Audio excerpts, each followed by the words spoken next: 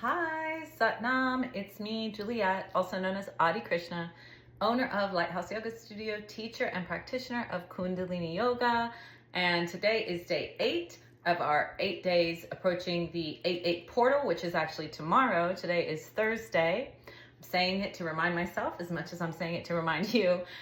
I've been doing these practices every day for the past, now the 8th day, just to give you a little bit of something that you could do to help integrate this enormous and flowing up and down and all around energy that's going on at this time. Now, there's always energy flowing around, but we know that certain planetary aspects, certain things going on in the world, collective energy, etc., things get amplified. And so these practices are good to do anytime.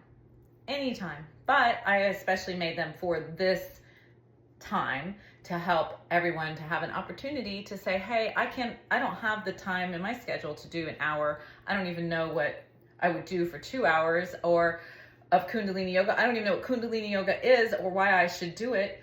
And these are just little samplings of some of the things that we do. I love Kundalini Yoga because of this, because you can just do something for 1, 3, 5, 7 minutes and experience a shift. And it's a real palatable shift because this isn't about what you think about it. It's not about your intention even. It's not that. It's physical. They're physically plugging in, keying in specific things to happen in your body. So you're having a real visceral physical experience because we live in a material world and I am a material girl. And you are probably a material person as well if you're watching this. So we want to work on this plane, right? But we know that we're more than just skin and bones, most of us. Some of us realize that more than others, and that's okay. I'm here to help all of it. I believe that the physical, the spiritual, the material, the energetic, the hormonal, the biological, the scientific, and did I say spiritual? All work together. That there are truths that are able to be seen and we are able to learn from this realm and from that realm, and that they somehow intertwine, and I don't understand exactly how, but for me, that is not up for question because I experience it all the time. For others that experience more, more of a spiritual experience than I do, or more of a physical experience than I do, cool, man. We can all get along together. These practices meet those needs. Okay, so even if you want to just approach this from a purely physical standpoint, breath work, eye gaze, mudra, mantra. So we're talking about using your voice, using your breath, using your optic nerve, which is connected to your brain, to stimulate hormones that are in your body to be produced by your organs that will then be carried by your nerves in your nervous system that have to do with your spine, which in yoga is always a source of focus, right? The flexibility of the spine has everything to do with how you move in the world because it is an epicenter of information and a messaging system to your other body parts. We are just an incredibly complex, layered, multi-layered beings, and I love it. So this is how I get into it. Now I just want to share that with you and let you do it too if you feel like it. So you'll start just by sitting. I love today's practice. It's one of my favorite things to do. It's very simple. Now, I'm not going to play music. You can cue up some music, something with a good beat. I'm not doing that because of copyright laws and just wanting to make it nice and clean and simple. It is really, really nice to do these things in silence too. It's nice to have a beat to carry you through, so you choose. First of all, though, we always start with the thumbs at the center of the chest, touching the sternum lightly, hands in prayer, which is a very centering, grounding posture and a great place to begin and always to visit. You can do this exercise today sitting in a chair, sitting in your car, sitting by a tree, in the middle of a field, on the beach, on the floor, on your bed, wherever you want to. No special equipment needed. If you can sit like this, easy pose, you can sit like this. If you need to have your legs stretch out, stretch your legs out. If you want to kneel, if you need a bolster, pillows, whatever. The main thing is that you're sitting up as nice and as elongated as you can so you have full access to your lung capacity and to your core. So you'll be using your core. So we'll be doing breathing. So good for you to breathe. It's so funny because it's something that we automatically do, But when you start intentionally doing it, it is a game changer. So right now, I just want you to sit with your eyes closed, hands pressed together, thumbs touching the sternum. Eyes, although the eyelids are closed, I want you to look up and in between the brow point, the third eye space. Look into that space, look at that space. You may see nothing, you may see something. Either way, you're using your optic nerve to stimulate the pineal gland, a very real gland, the third eye, the seat of intuition. And just notice. Notice how you're feeling physically in your body right here, right now. Notice anything you're hearing, seeing, smelling, tasting. Notice the quality of your breath, the quality of your thoughts. What's up? Just take note. Inhale deeply through the nose. Exhale through the mouth. And again, inhale through the nose. And exhale through the mouth. Inhale again. And exhale. Now we're going to inhale to tune in with Ong Namo Gurudev Namo. You can join in, you could just listen. Either way, here we go. Ong Namo Gurudev Namo.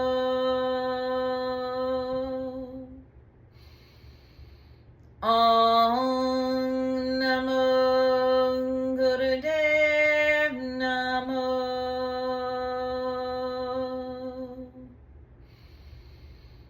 Om Namo Gurudev Namo.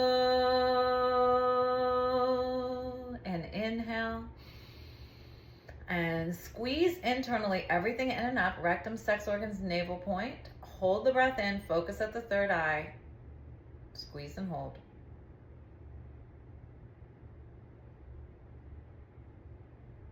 Exhale. And now inhale to chant the Mangalicharana mantra for protection 3 times, or listen. Agude Name, Jugad Gude Name, Sat Gude Name, Siri Gurudeve Name. Ad Gude Name, Jugad Gude Name, Sat Gude Name, Siri Gurudeve Name. Ad Gude Name, Jugad Gude Name, Sat Gude Name, Siri Gurudeve Name. Inhale. And squeeze everything in and up. Focus at the third eye and hold.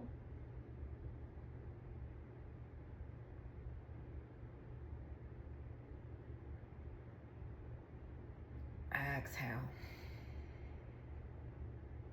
And now we're going to do breath of fire. We're going to do it for quite a little bit here. So go ahead and just bring your hands into whatever mudra you choose. Now, this is Gyan Mudra, fingertip touching the thumb, okay? Not locked, touching. Gyan Mudra is the seal of wisdom, associated with the Jupiter finger. Your thumb is associated with your presence here on earth, your ego, your character. Your middle finger is your Saturn finger. I think this is called Shuni Mudra, if I remember correctly. And it is associated with Saturn. And irony is the middle finger is associated with patience. This mudra is for patience, stimulating patience. The ring finger, health, vitality, beauty, associated with Venus or the sun. Pinky, Booty Mudra. This is where it's at. This is for communication. Mercury, the planet of communication, touching the thumb. Right now, we're still in Mercury retrograde. Communication's wacky and weird all the way around. I don't know. I'm feeling it. I don't know if you're feeling it. I have to remind myself lately that when I feel like I might be speaking a different language based on the responses, or just feel extremely tongue-tied, like I can't get things out, or I'm having technical difficulties that don't make sense. Mercury retrograde.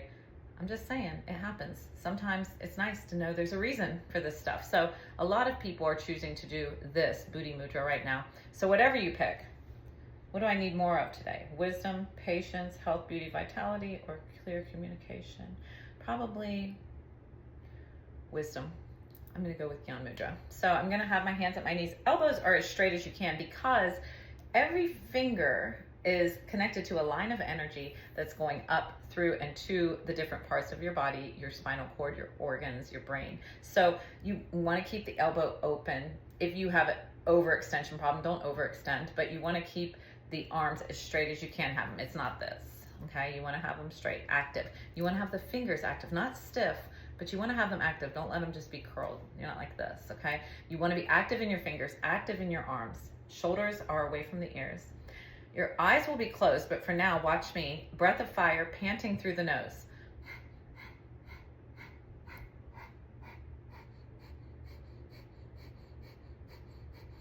Every time I exhale, my stomach goes in, my diaphragm pulls up. I'm focusing on the out breath. I'm not thinking about the in breath. If I think about the in breath, this is what that's going to be like. And I can't do that very long. Breath of fire, however, focusing on the out breath, panting through the nose, I could do that all day. Because I'm getting a little inhale in there, a little sniff. I don't have to think about the inhale. Your body will make an inhale. Don't think about the inhale. Just focus on exhaling. Focus on the air coming out of your nose. If that feels difficult or daunting, or you get off track at any time, do puppy breath. Stick your tongue out.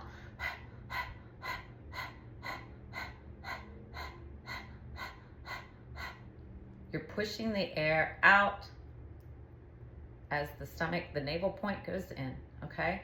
Breath of fire, purifying, clearing, did I say cleansing, heat inducing, associated with the sun, solar plexus energy. It's going to bring up a lot of heat. Kundalini energy, very much associated with the heat of the sun and the coolness of the moon. Very feminine, divine femininity, but we need this heat. We need this activation, the Agni, the thing in our gut that helps us burn brightly, to have vitality, to have energy, to have focus, concentration. So breath of fire is a very activating breath. Okay, this is a good one. This is a great one to do, especially in alignment with this Leo and Sirius, Leo sun and Sirius star, Lionsgate portal alignment. It's very, very intense, right? This very intense burst of energy. So we want to be able to burst too. We want to be able to manage the burst, right? So this is going to help cleanse and bring us into alignment with our truest, highest, best self, identity, interest, path. Okay. So anytime you're doing breath of fire, you're activating that energy. But when you're doing it, especially during these major transitions, it can even feel more intense and feel good. It helps to dissipate. It helps to spread the energy out. So eyes will be closed, sitting up nice and tall, and just begin. And if you are on your period in the first couple of days of your cycle, if you have any abdominal discomfort, long, deep breathing instead, in and out through the nose, everything else the same. If you are more than 3 months pregnant, same thing. If you experience any discomfort at all, same thing. Play with your technique. If you put on music, play with the rhythm.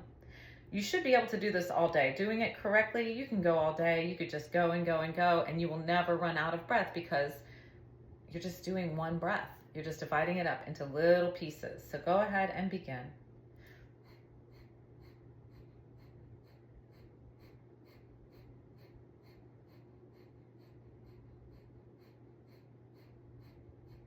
Remember to smile a little.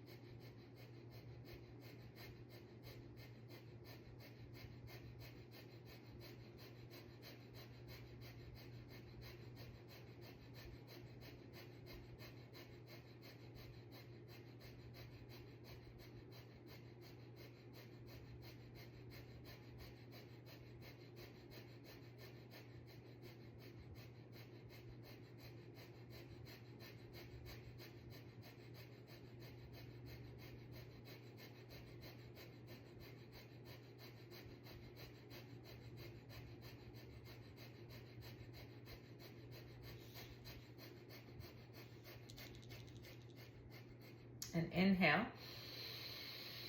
And suspend the breath. Squeeze everything in and up. Focus at the third eye and hold.